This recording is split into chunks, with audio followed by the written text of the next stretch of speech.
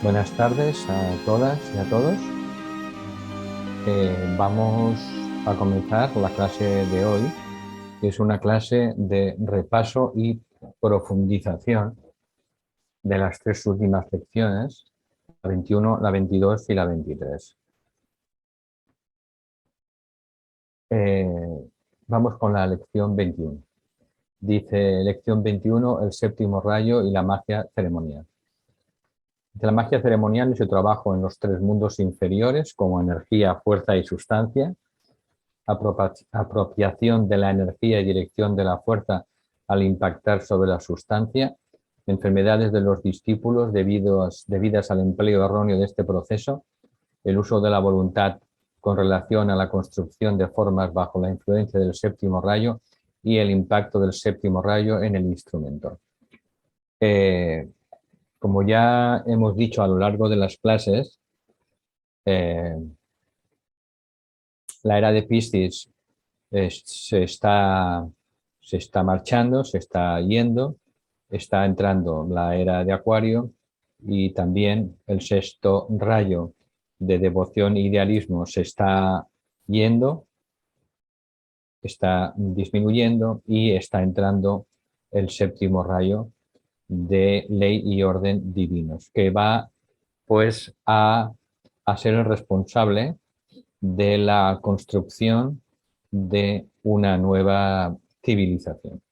Por tanto, eh, es de una enorme importancia el conocer cómo funciona el séptimo rayo y sobre todo qué es lo que puede ir produciendo a lo largo de los próximos años.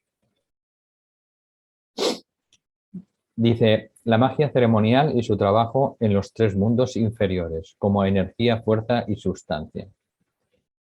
Eh, Dice que a medida que vaya impactando cada vez más el séptimo rayo en el planeta, pues que eh, todas las personas que están siguiendo el camino espiritual, pues van a recibir una energía muy poderosa y que esa energía que va a ir entrando, que es la encargada de la manifestación, la encargada de materializar lo que hay en el mundo sutil, materializarlo en el mundo físico, pues eso, si no es correctamente dirigida esa energía y procesada, pues puede darnos alteraciones importantes. Entonces, estas lecciones sobre el séptimo rayo lo que nos enseñan es a dirigir esta energía del séptimo rayo para que podamos utilizarla de manera sabia para ir creando esas estructuras, esas formas, esas organizaciones de acuerdo con el plan divino y también intentando pues salvar los inconvenientes que puede darnos por todavía por ignorancia, por desconocimiento de cómo funciona el séptimo rayo. Entonces, lo primero que hay que entender es lo que es energía, fuerza y sustancia. Entonces, dice el maestro que energía, fuerza y sustancia son términos usados para definir esa misma esencia que es lo que llamamos normalmente vida. Por tanto, cuando la esencia de la vida en su estado libre, ¿no?, es lo que conocemos como energía. Es energía potencial, poder potencial. Es la energía en su estado puro antes de que comience su descenso hacia la materia. Esta energía es potencial de vida o voluntad de ser. Sería la voluntad de del propio logos para poder manifestar su plan evolutivo. Esta energía se diferencia en 7 expresiones, que es lo que conocemos como los 7 rayos. Cuando esta misma esencia de vida es apropiada y dirigida a lo largo del camino de menor resistencia hacia la manifestación, es decir, queda aprisionada hacia la forma, se convierte en forma. De manera que la fuerza es ese potencial, la energía que ha empezado su camino hacia la expresión, hacia los mundos inferiores. Cuando esta misma esencia de vida se licúa, se materializa, pues tenemos la sustancia, que es la energía y la fuerza en su estado más denso y que, como consecuencia, pues vienen a la existencia,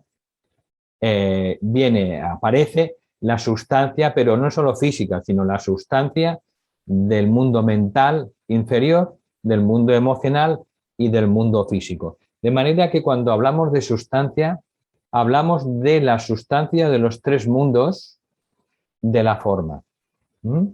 La sustancia del mundo mental, que tiene formas, la sustancia del mundo emocional y la sustancia del mundo físico. Por tanto, la energía es ese potencial libre. Cuando esa energía se encamina hacia la expresión, hacia la manifestación, se convierte en fuerza, y esa fuerza, cuando se licúa o cuando se materializa en su expresión máxima, tenemos la sustancia, pero de los 3 mundos, no solo el físico, sino la sustancia de los 3 mundos con forma. El mundo mental inferior tiene forma, el mundo emocional tiene forma y sus formas, y también tenemos el mundo físico. Apropiación de la energía y dirección de la fuerza al impactar en la sustancia. Dice que cuando una persona, actuando bajo un impulso así, se apropia de la energía disponible para realizar alguna actividad consciente o inconscientemente, lo que está haciendo es invocando una ley superior que dirige esa energía libre hacia un patrón específico que desciende. Pero ¿cómo desciende esa energía cuando la invocamos? Pues desciende a través de nuestros propios vehículos. Es el camino de menor resistencia. De manera que cuando la energía libre se invoca y entra en nuestros vehículos, es cuando se convierte en fuerza. Por eso hay que tener clara la diferencia entre lo que es energía y lo que es fuerza. Dicho en palabras sencillas, la fuerza es la energía que entra y atraviesa nuestros vehículos. Cuando esa energía se expresa a través de el cuerpo mental, el cuerpo emocional y el cuerpo etérico físico, esa energía se ha transformado en fuerza. Fuerza a nivel mental, fuerza a nivel emocional y fuerza a nivel etérica física. El discípulo tiene que ir aprendiendo a manejar esa energía a través de lo que se llama la utilización del tercer ojo. Es el centro entre las cejas. Este centro tiene una gran importancia en el trabajo de la magia ceremonial porque es el que va a dirigir ese flujo de fuerza hacia los mundos inferiores. Por tanto, el discípulo tiene que ir aprendiendo a utilizar el tercer ojo y esencialmente a través del trabajo de visualización. Es importante que vayamos aprendiendo a visualizar, ¿de acuerdo? A utilizar la imaginación creada. Luego se produce el efecto final en la sustancia cuando la energía transformada en fuerza a través de nuestros propios cuerpos, entonces se convierte en una forma sustancial. Forma sustancial, mental, emocional y física. Esto conlleva algunos problemas, sobre todo al principio del camino del probacionista. ¿Por qué? Porque el probacionista medio, cuando comienza, pues tiene contradicciones, tiene conflictos, está sujeto a los pares de opuestos. También tenemos muchas formas en el subconsciente y ahí se encuentran todavía por falta de desarrollo, por falta de evolución, pues nos encontramos un mundo de fuerzas en conflicto dentro de la propia psique del probacionista. Entonces, esto explicaría por qué cuando todavía no está disciplinada en alto grado la personalidad, pues a veces el probacionista manifiesta pues conflictos o problemas a veces y de una manera inconsciente, no se da cuenta. Y todos esos problemas que manifiesta o conflictos o se deben justamente a que sus cuerpos por los que pasa la energía y se transforma en fuerza, pues todavía no están sujetos bajo el control del alma. Entonces, siempre que se dice que trabajamos con la energía, la fuerza y la sustancia, con la intención de manifestar un efecto específico en el mundo, pues esto recibe el nombre de magia ceremonial. El que la magia ceremonial sea blanca o negra depende del motivo siempre de la persona, pero para ambos senderos se utiliza el mismo método. Solo hay una metodología y depende de nuestro propósito, de nuestros motivos, lo que hace que se diferencie entre una y otra.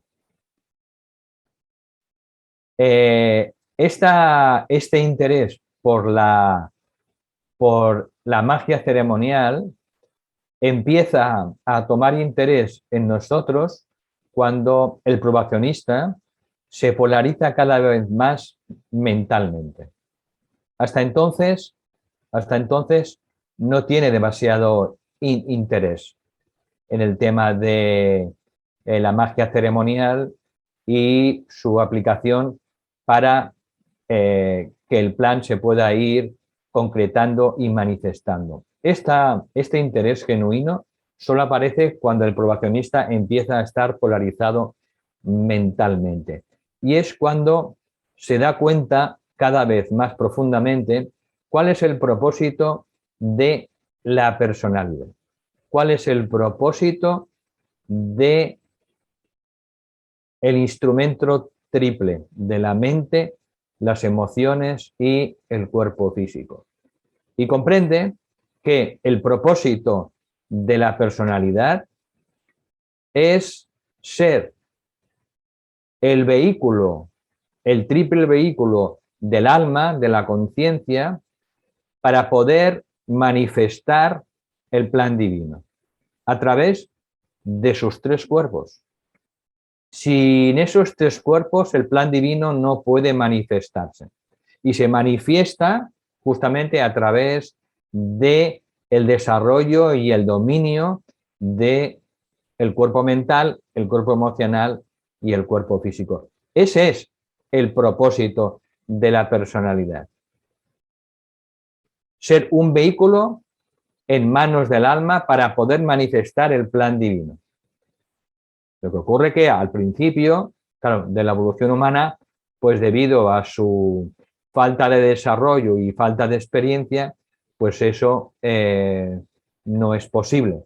Hasta que llega un punto en el que cuando empieza a polarizarse mentalmente, entonces empieza a demostrar interés en el tema de la magia ceremonial y el trabajo del séptimo rayo.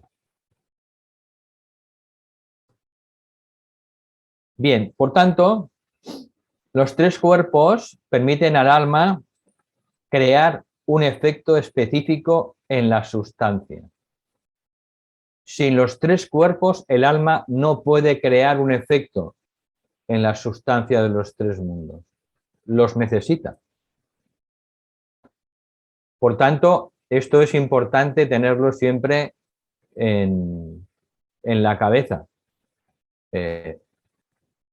Un jinete que va a hacer una actuación ecuestre, si no tiene un caballo para hacer esa actuación, pues no puede dar ninguna actividad de ese tipo ecuestre.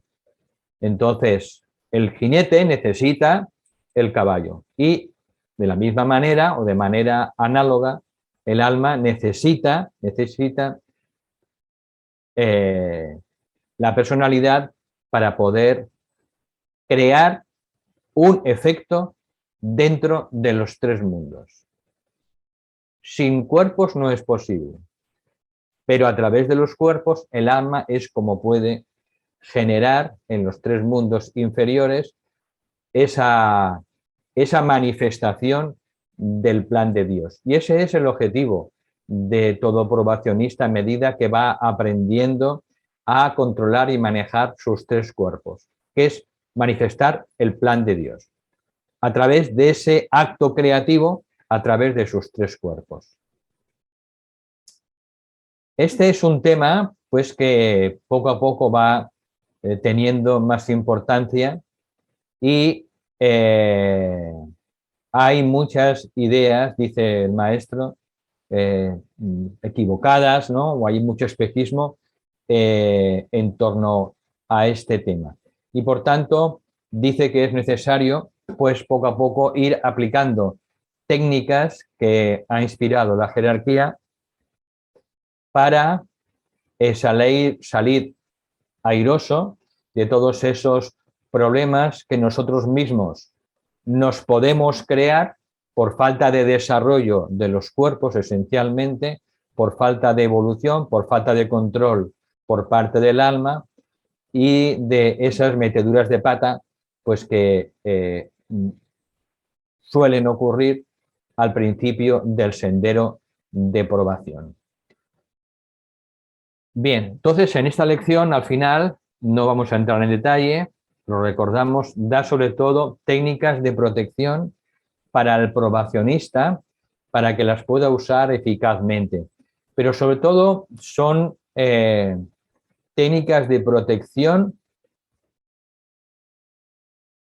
para los demás, es decir, técnicas para proteger a los demás, a las demás personas del grupo, proteger a nuestras amistades, nuestros contactos, ¿no? Pero sobre todo a nivel del grupo, debido a todavía a nuestra ignorancia y a nuestra falta de control de los cuerpos. Y estas técnicas lo que ayudan es a minimizar pues, el impacto negativo que podemos causar a los demás simplemente por ignorancia. Entonces, da 4 técnicas. La primera la llama inofensividad en el medio ambiente, porque como todavía los cuerpos no están controlados, principalmente el cuerpo emocional, pues esas reacciones emocionales pues pueden causar problemas y turbulencias en las personas que tenemos en nuestro alrededor. Entonces da esa técnica pues para minimizar el impacto negativo que podemos causar a los demás. Luego también da una técnica cuando vayamos a desarrollar un plan de actividad en beneficio del plan divino, un proyecto de tipo espiritual, un proyecto social, que cualquier trabajo pues necesita que esté bien orientado y sobre todo que sea un proyecto que tenga luz. Entonces, da esta segunda técnica para formular cualquier plan de actividad de servicio. Luego da una tercera técnica que es cuando enseñemos, cuando emitamos conceptos sobre la sabiduría, sobre la verdad, en los niveles mentales y que de esa manera intentemos minimizar que podamos cometer errores que luego puedan causar desviaciones o puedan causar, digamos, problemas mentales en los demás por falta de claridad y lucidez. Y por último, la cuarta técnica es una invocación de la divina voluntad de nuestra alma para condicionar el impacto áurico y es una técnica sobre todo que tiene relación con la inofensividad, para que aprendamos a ser inofensivos en todo lo que hacemos durante el día y en la vida. Bien, este es el resumen de la lección 21 y ahora vamos a ver el resumen de la lección 22. La llama del servicio y su relación con los ashrams. Especificaciones de las actividades de servicio y su relación con los ashrams de los 7 rayos, la capacidad potencial de servir basada en la posición dentro de la vida grupal ashrámica y los puestos de influencia áurica ashrámica y de la manifestación periférica, que ahora veremos. Especificaciones de las actividades de servicio y su relación con los ashrams de los 7 rayos. Bien, a medida que el probacionista pues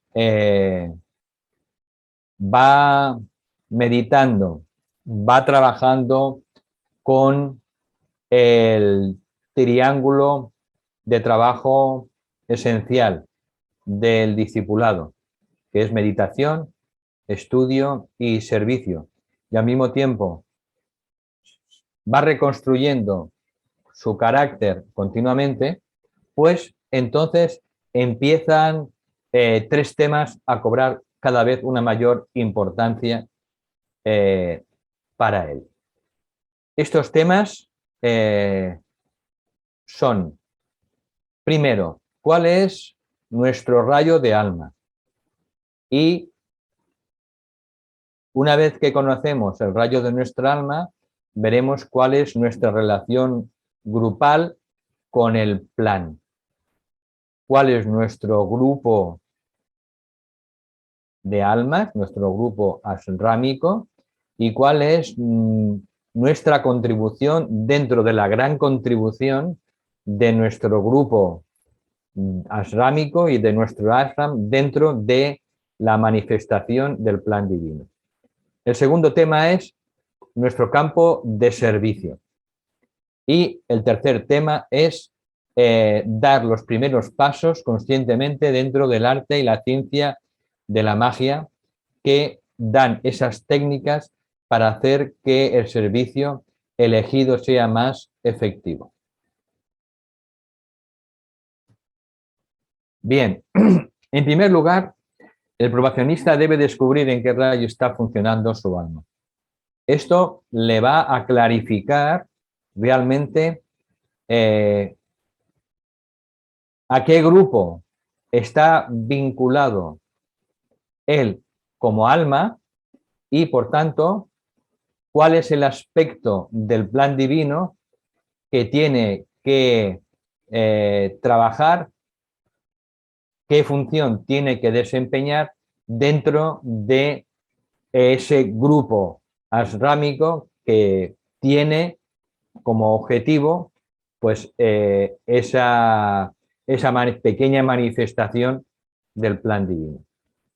Estos grupos de rayo están relacionados evidentemente con los 7 rayos. Estos rayos de grupo pues trabajan, hay grupos del primer rayo, trabajan a través del gobierno y la política, luego el segundo rayo a través de la educación y específicamente de la enseñanza de la sabiduría, también de sanación.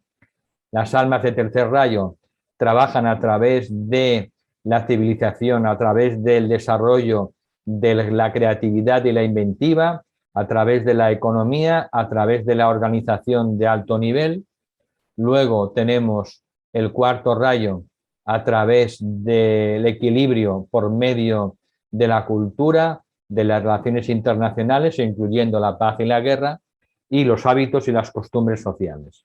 Las almas de quinto rayo se relacionan con la ciencia y el desempeño que tiene dentro de la manifestación del plan divino. Las almas de sexto rayo, a través de la religión y la filosofía, y las almas de séptimo rayo, a través de la civilización en la sabia manipulación de la forma en los campos de la ley y gobierno, la educación, la organización y la economía, la sociología, la ocultología, una ciencia que irá apareciendo con el paso del tiempo, que todavía no ha venido a la existencia, la religión y la filosofía, y la parapsicología, la psiquiatría y la alquimia espiritual.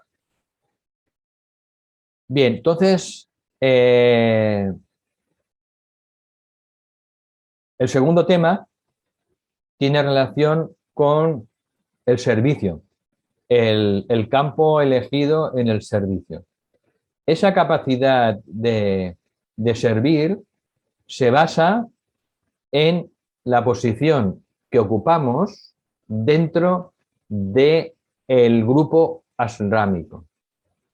No tiene nada que ver con lo que nos gusta o lo que no nos gusta, sino que tiene que ver exclusivamente con la función que ocupamos como almas dentro del grupo ashrámico, que es el grupo de nuestras almas. Entonces, según sea esa situación, esa función dentro del grupo ashrámico, pues nuestra alma así pues tendrá la capacidad y el poder para manifestar esa pequeña parte de servicio de la que se va a encargar nuestro grupo del mismo rayo. Esa vida grupal ashrámica, ya hemos dicho 3 veces que existe en la conciencia de sus miembros, pero que también es una realidad, no es algo que es intangible, también existe, ¿no? Aparte de la conciencia de sus miembros. Y cada miembro tiene un cargo particular en relación con los demás miembros y también en relación con la humanidad a la que todos sirven de manera colectiva. Por tanto, a medida que un probacionista evoluciona su función dentro de el ashram, del grupo ashrámico. Al principio, pues, empieza en el aura del ashram y poco a poco va entrando en niveles más internos, y de la propia aura del ashram entra poco a poco en lo que es la periferia, y lentamente de la periferia se irá acercando a medida que vaya desempeñando mayores responsabilidades y mayores tareas de servicio, pues se irá poco a poco adentrando dentro de esos niveles del ashram a través del centro hasta llegar al centro. El centro del grupo ashrámico está compuesto por un maestro de la jerarquía y a través de esos diferentes niveles se va entrando en relación consciente con la propia jerarquía misma. Aquí tenemos ese cuadro pues con mayor amplitud. Aquí tenemos el aspirante espiritual que todavía pues va buscando de un lugar a otro, de una asociación a otra, de un libro a otro y todavía no ha disciplinado su personalidad a través de la meditación, el servicio y el estudio, así como la reconstrucción del carácter.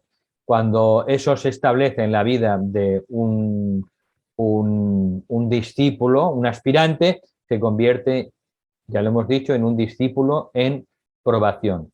Ese discípulo en probación, por tanto, tiene dos fases. Una es, lo que hemos dicho, es el discípulo en probación en el aura y luego el discípulo en probación en la periferia.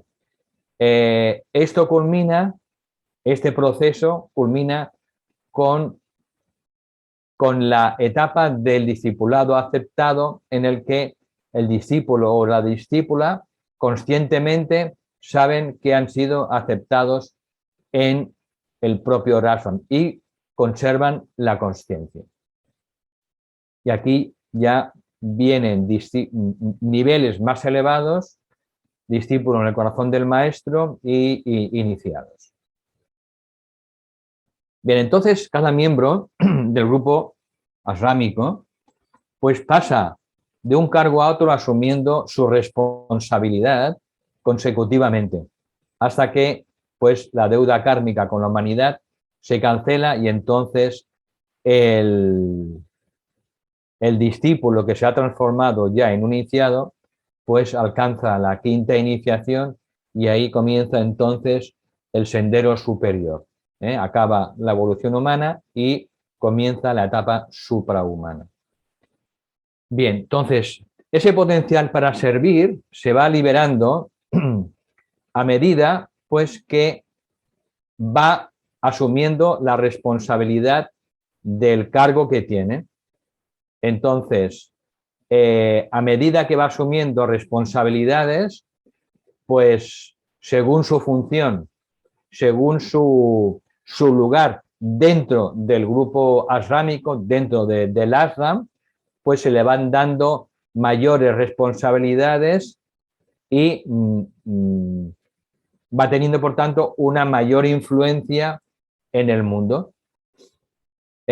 Poco a poco, de esta manera, el cerebro se le va cada vez iluminando más, sobre todo va relacionando y va entendiendo más profundamente en cada momento cuál es la necesidad de la humanidad en cada momento y también, pues, cómo puede ayudar a satisfacer esa necesidad de la humanidad según el plan divino. Bien, y ahora pues llegamos a la tercera y última lección, que se llama la creación de los ashrams y alineamiento.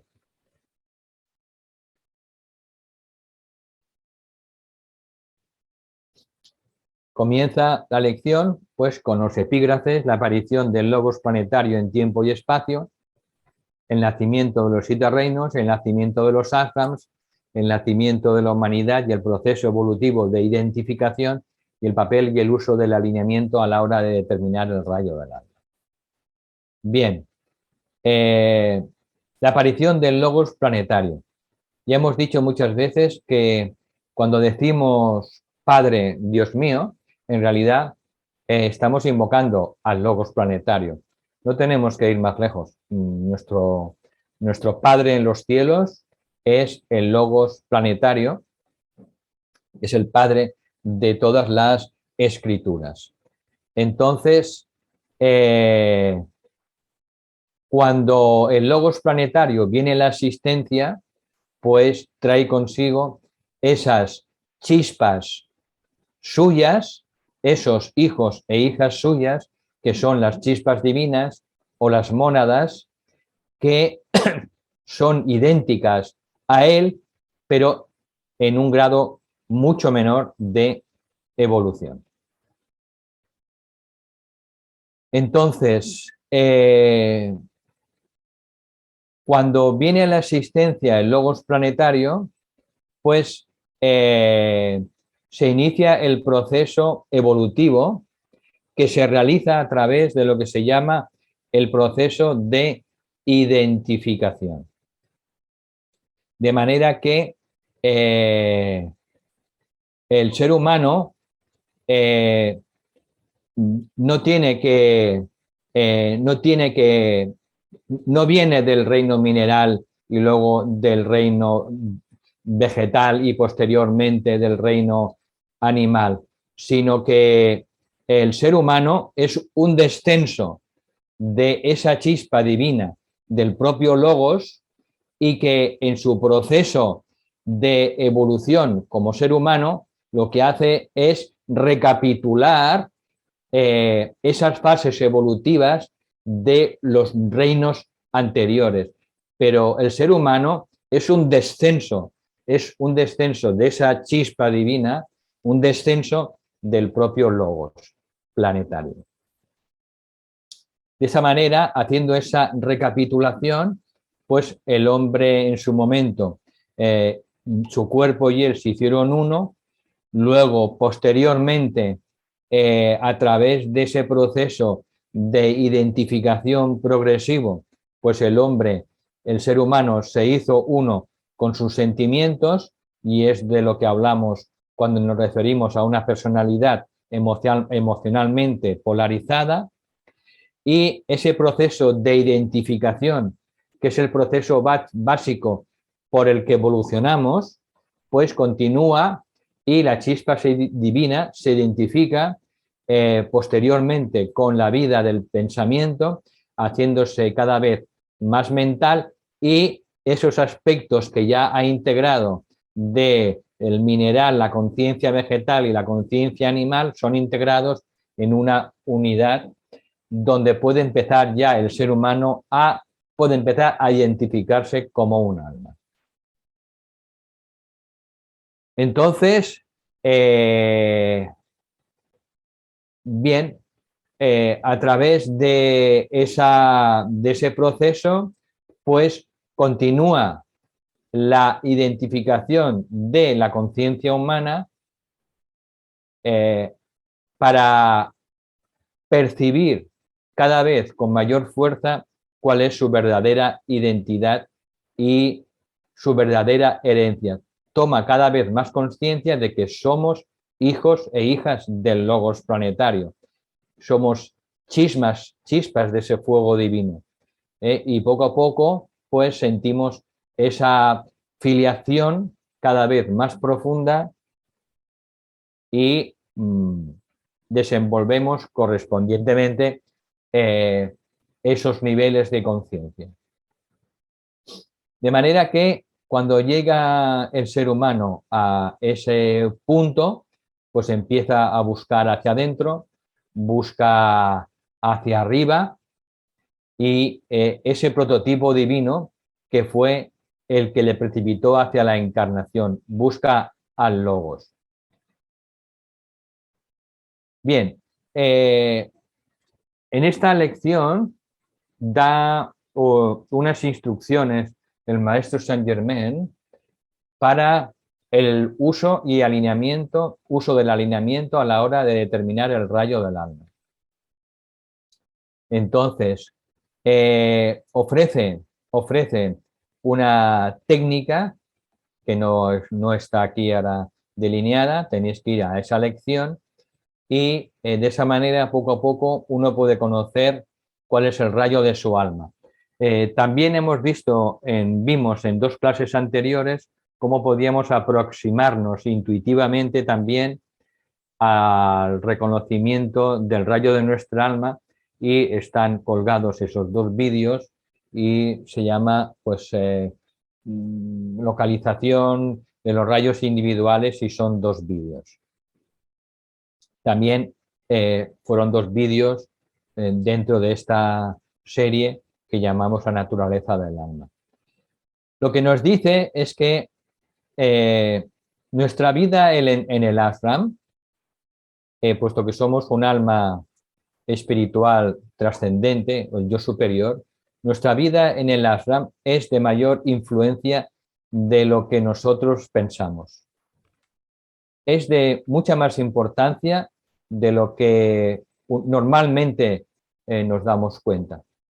Y por tanto conviene ir despertando también esa memoria de nuestro lugar dentro del grupo ashrámico, y también de nuestra función dentro del propio ashram. Bien, por tanto, el maestro en esta lección da esa meditación para hacer un tiempo que denomina determinación del rayo del alma, y por la mañana y por la noche da una alineación que llama para irse a dormir. Este ejercicio es muy sencillo, dura 5 minutos, y poco a poco, si lo vamos realizando cada día, nos irá ayudando a tomar conciencia cada vez más de cuál es nuestro lugar y cuál es nuestra función dentro del ashram. Dice que, claro, el éxito dependerá del uso de estas dos técnicas, dependiendo del grado de aspiración, que esté correctamente motivada, depende de la perseveración en las formas de meditación que realizamos, y también depende del grado de la fuerza invocadora que hemos desarrollado por medio de la aplicación de la verdad tal como la hemos conocido. Esta técnica de meditación es una técnica de meditación avanzada, es una técnica de meditación sin forma, y está al final de la lección 23. Y la alineación para ir a dormir, que es una visualización corta, pues es un ejercicio que puede usarse cada noche al retirarnos a dormir. Y sugiere que cada estudiante pues intente realizarla, si así lo siente, para ir obteniendo cada vez más esa memoria de lo que hacemos durante la noche en el grupo ashrámico.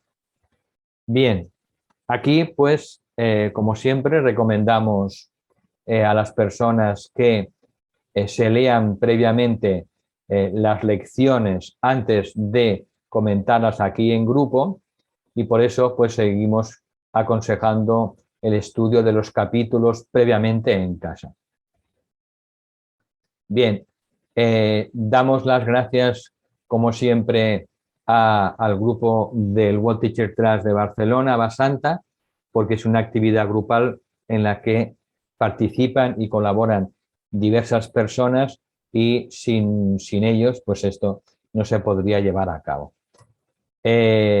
También os voy a informar, a adelantar una novedad, que debido a temas de agenda y sobre todo pues a que estamos en la última fase de la concreción de el máster en educación holística, que en principio lo vamos a presentar a final del mes de mayo a educadores en la región y en la comunidad de Valencia y Murcia, y en junio pues hará una presentación a los medios de comunicación, pues no dispongo de mucho tiempo, con lo cual pues hemos pensado que haremos una actividad mensual en vez de quincenal, con lo cual el miércoles 27 de abril tendremos la lección 24,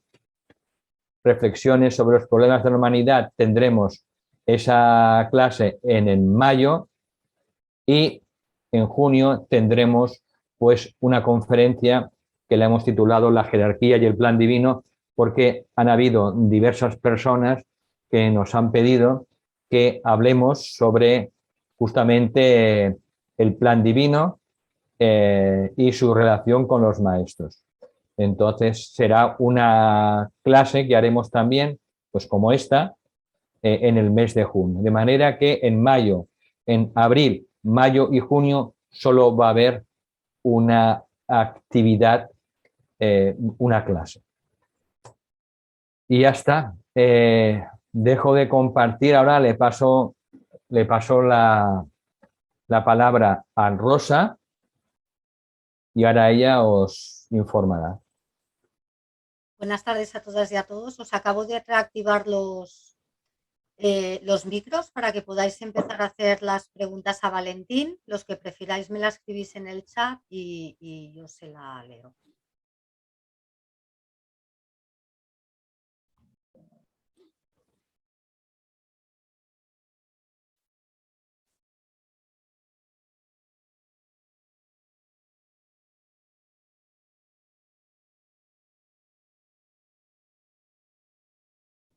Creo que Silvia Montero.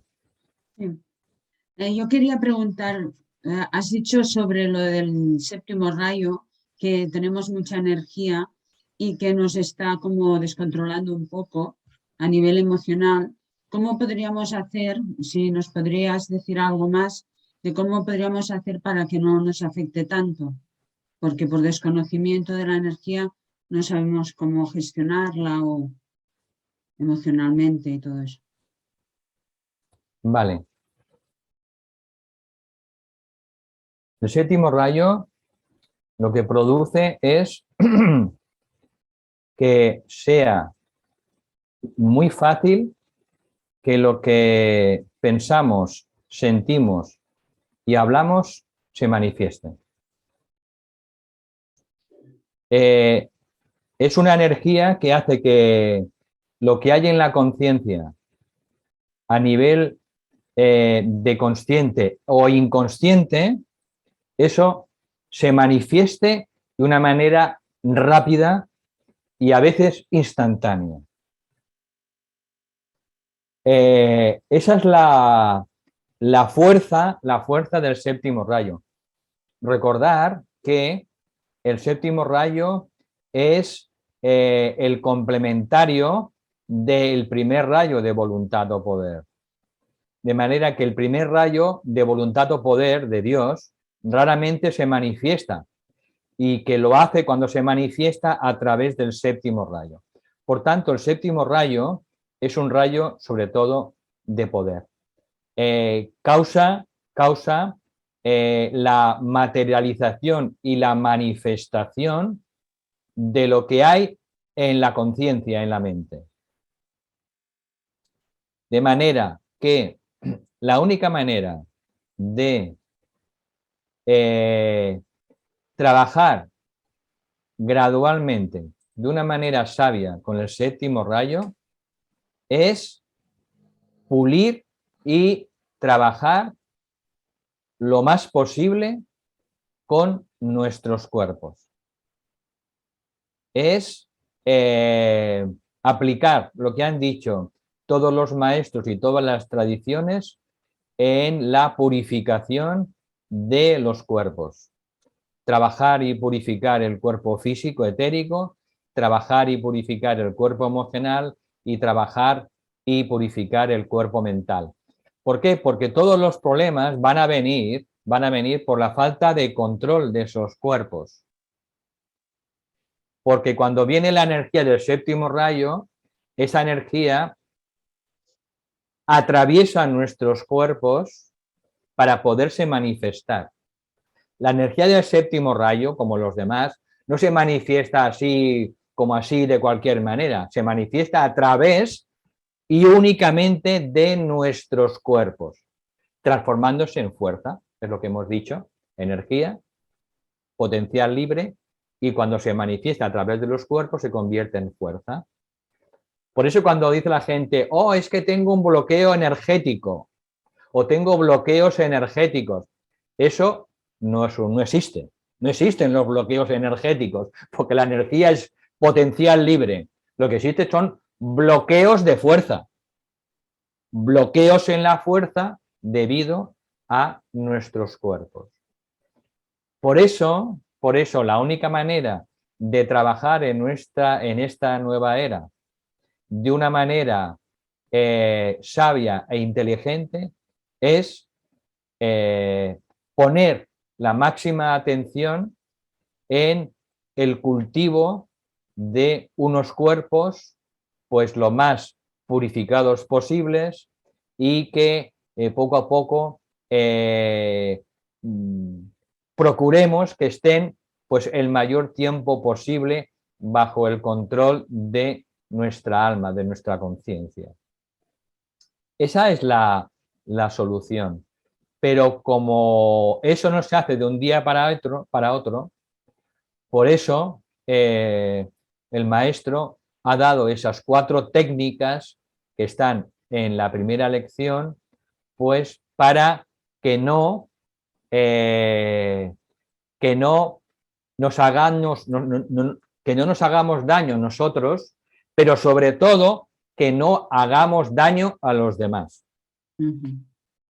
Esa es su principal preocupación, que no hagamos daños a los demás por ignorancia y por falta de control de los cuerpos.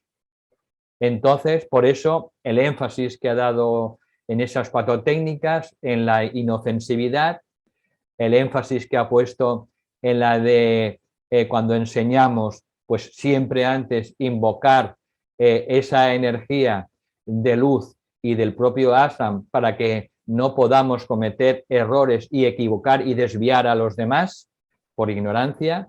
Y ha puesto en las 4 técnicas que da el maestro la máxima importancia, sobre todo para que no podamos dañar a los demás. ¿Por qué?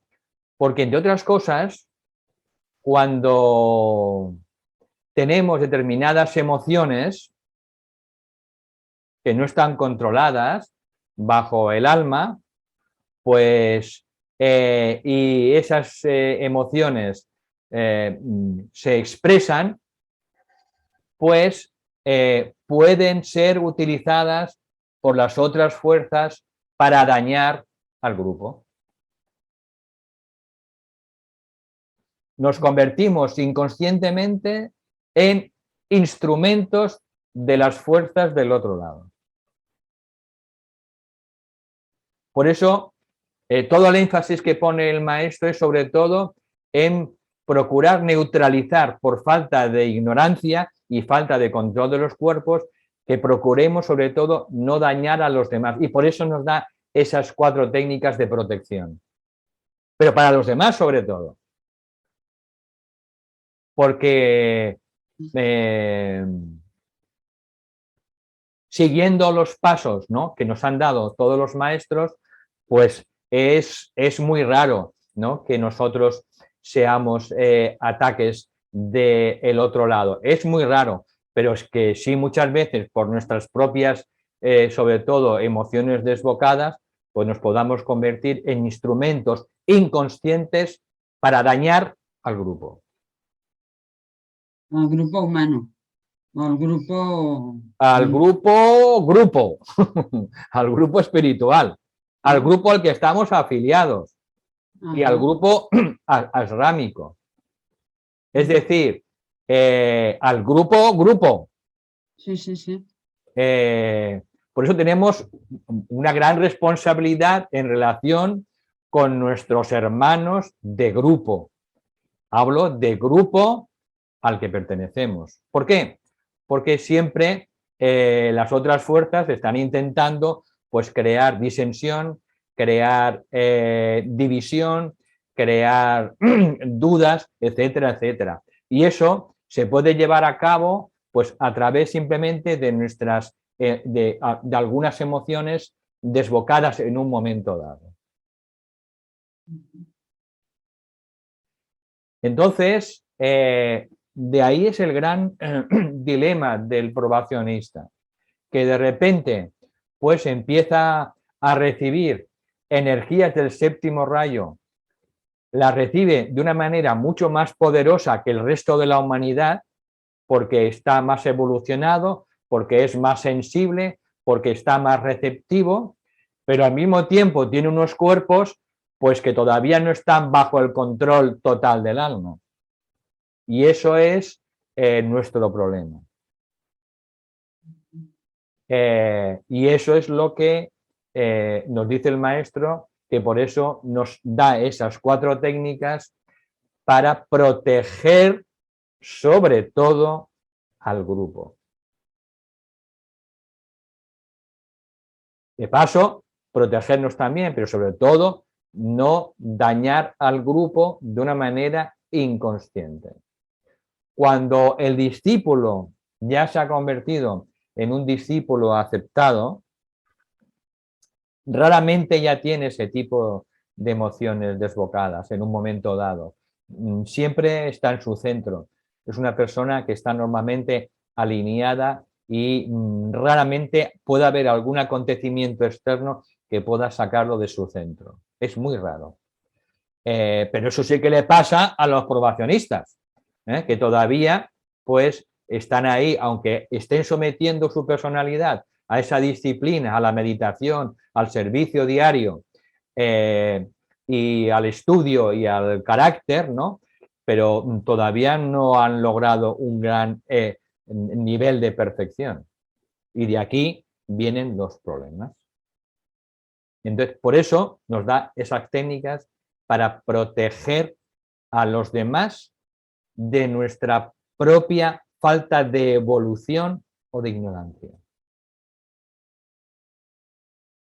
Y de esa manera evitamos también convertirnos inconscientemente en instrumentos de las fuerzas del otro lado, que aprovechan esas fisuras de nuestra personalidad para dañar al grupo.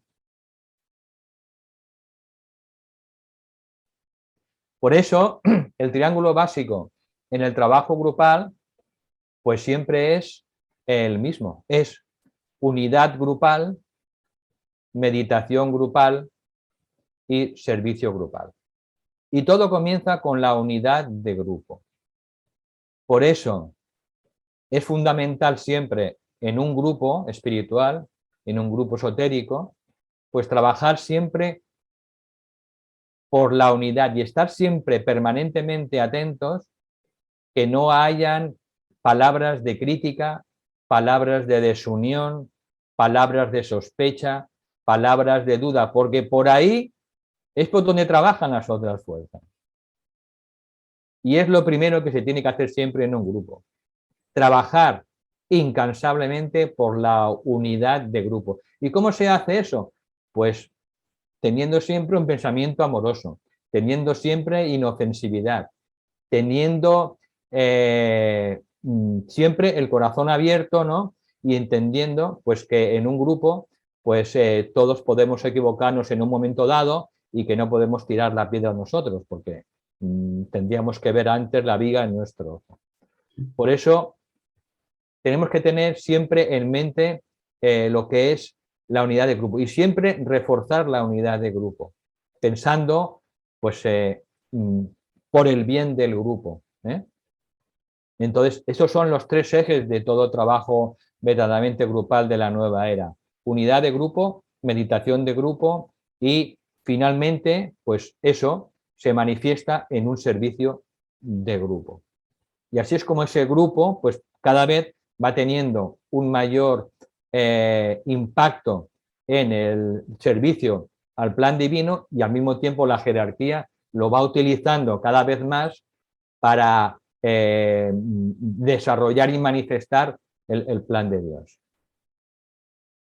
Por tanto, el trabajo está en nuestra mano y es lo que sabemos de memoria y que tenemos que incansablemente pues practicar y practicar pues las 24 horas, especialmente la inofensividad.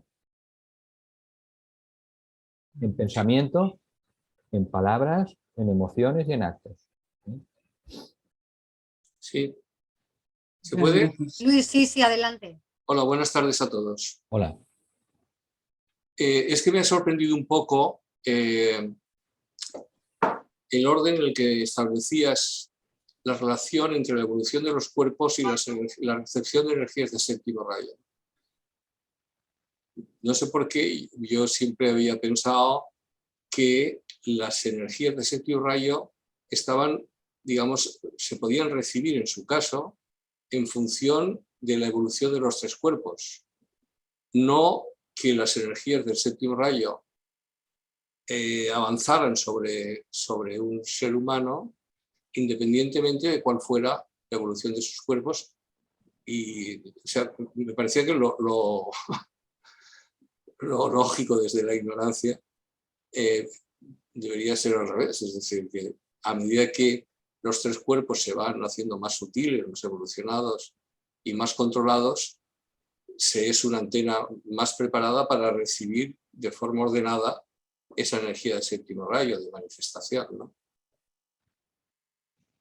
Por eso me ha sorprendido cuando has dicho que podía haber una colisión, un pequeño caos, entre la recepción de la energía de séptimo rayo para manifestar o materializar, y los cuerpos no estuvieran todavía lo suficientemente evolucionados como para gestionar esa energía.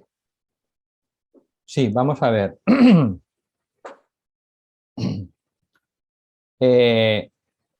La energía, toda energía, y de los 7 rayos también son energías, toda energía no es ni buena ni mala. Toda energía lo que hace es estimular ciertas áreas de la conciencia.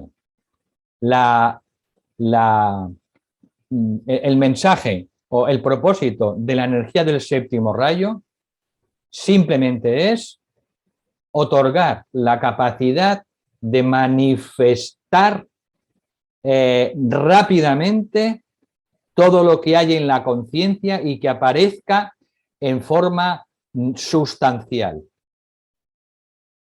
Eso es la cualidad del séptimo rayo. Si esa capacidad que otorga el séptimo rayo pues se utiliza de una manera positiva para el plan divino, pues tenemos un trabajo de magia blanca. Si ese mismo trabajo se utiliza, esa energía se utiliza pues con otros fines, pues tenemos otro tipo de magia. Yo cuando tú, Luis, echas abono en cantidad en uno de esos huertos maravillosos ecológicos que tienes, y echas ese abono, en ese abono, después de ese abono, crecen las malas hierbas o crecen también las buenas hierbas. Crece todo, ¿verdad? Pero tú te tienes que encargar, ¿no? Pues de previamente de echar el abono, haber quitado las malas hierbas. ¿Por qué? Porque así te aseguras que solo van a crecer buenas hierbas. Entonces, las energías de los citarrayos funcionan de esta manera. Son estimulantes, propician determinados cambios en la evolución, pero depende siempre de cómo utilizamos esas energías. Entonces, con el séptimo rayo tenemos esa peculiaridad. Por eso que en la próxima era, gran parte de la humanidad se van a convertir en magos. Y gracias al poder del séptimo rayo. Y las personas que tengan una motivación correcta y sean personas de corazón, pues se convertirán en magos blancos. Y las personas que tengan otras motivaciones que no sean colaborar con el plan divino, pues se van a convertir en magos de otro tipo. Y ese dilema se va a dar en la era de Acuario. No pensemos que la era de Acuario va a ser pues una era de flores y violas, ¿no? Y que todo el mundo será angelical. No, habrá de todo. Habrá de todo porque habrá más poder disponible para la humanidad. Y eso es un conflicto que tendremos que lidiar con él en estos 2160 años y que seguramente se solucionará, se resolverá ese conflicto hacia el final de la era de Acuario en los últimos 400 o 500 años. Pero hasta entonces, pues vamos a tener ese problema, que habrán millones y millones de magos y de magas y dependerá solo de su propósito y de su motivación, pues que podamos hacer un mundo mejor.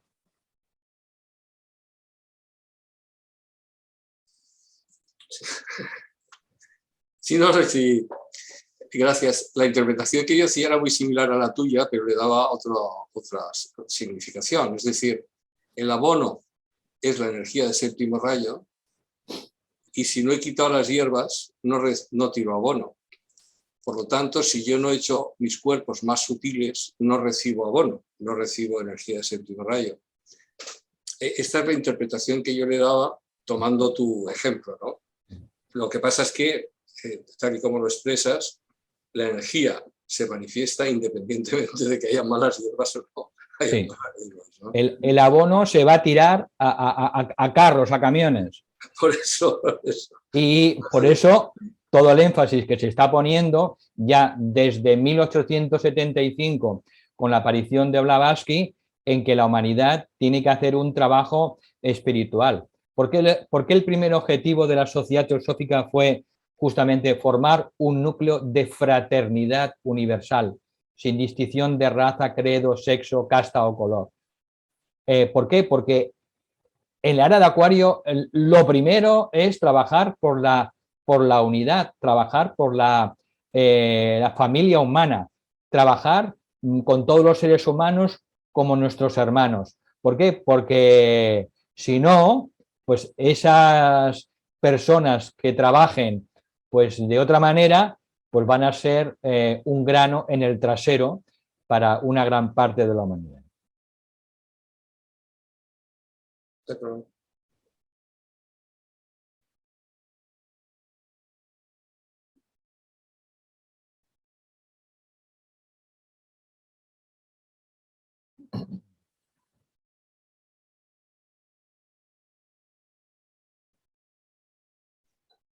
Yo quería preguntar, sí. ¿por qué la magia está relacionada con el tiempo, con el respeto al tiempo? Y también si la época atlante también tenía la influencia del séptimo rayo.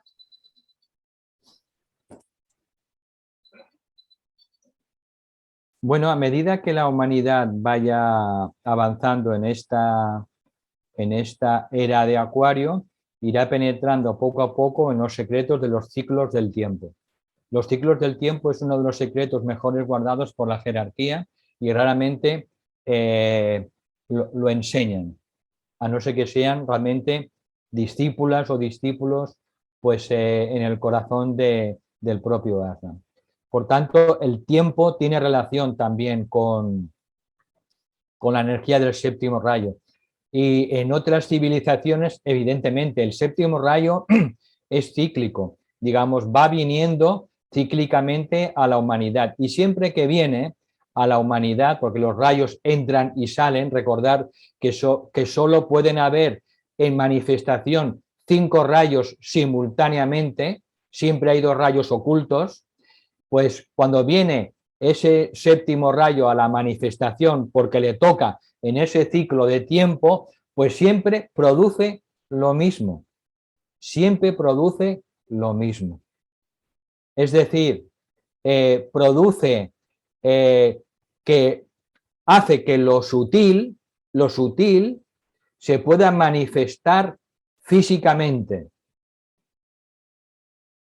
Hace que lo que hay en la conciencia se materialice finalmente en la materia física.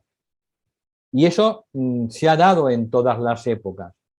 También el séptimo rayo lo que hace es que el velo entre lo sutil y lo denso desaparezca. Por eso, en esta nueva era, el maestro tibetano afirma que la humanidad vencerá definitivamente el miedo a la muerte. ¿Por qué? Porque habrán millones y millones de seres humanos que poseerán vista etérica y serán capaces de ver a los seres cuando abandonan el cuerpo en el momento de la muerte.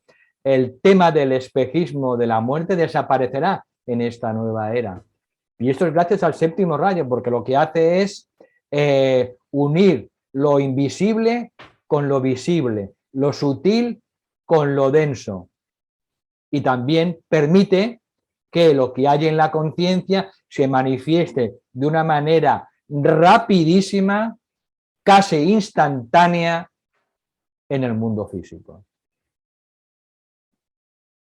Ese es el poder creador de Dios, y los seres humanos, al ser hijos de Dios, tenemos ese poder creador, pero ese poder creador hay que utilizarlo pues de manera positiva y constructiva, conociendo el plan de Dios y poniéndonos a trabajar bajo sus órdenes, y no utilizar ese poder del séptimo rayo pues para crear lo que le dé la gana a la personalidad. Y aquí la importancia del discipulado y de todo el trabajo y el énfasis que está poniendo la jerarquía desde finales del siglo XIX para que los seres humanos pues se transformen realmente en discípulas y en discípulos, no en otras cosas.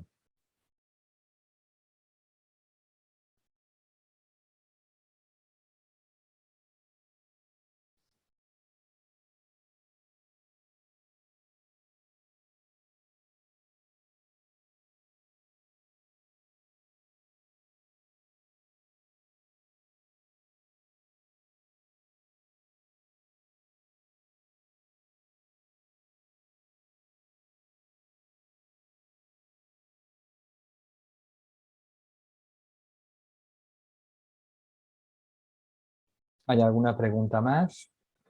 Son menos 25.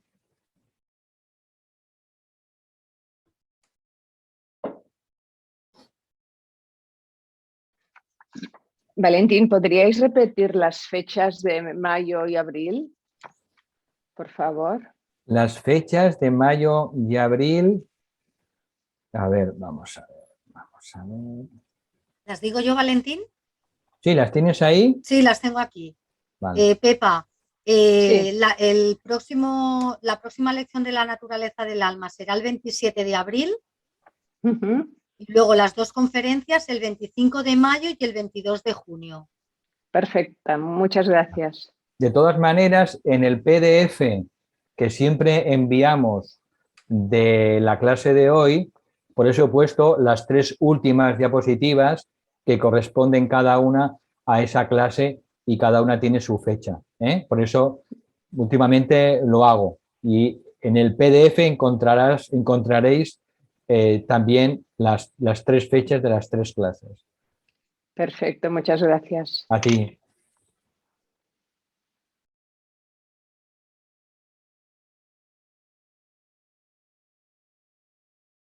Bueno, pues si no hay más preguntas, lo dejamos aquí por hoy. Os doy las gracias más sinceras y os deseo lo mejor. Nos veremos pues dentro de un mes. Cualquier duda que tengáis o cualquier sugerencia, pues siempre me la podéis enviar por correo electrónico y con gusto os atenderé. Muchísimas gracias a todas y a todos y nos vemos. Gracias a vosotros.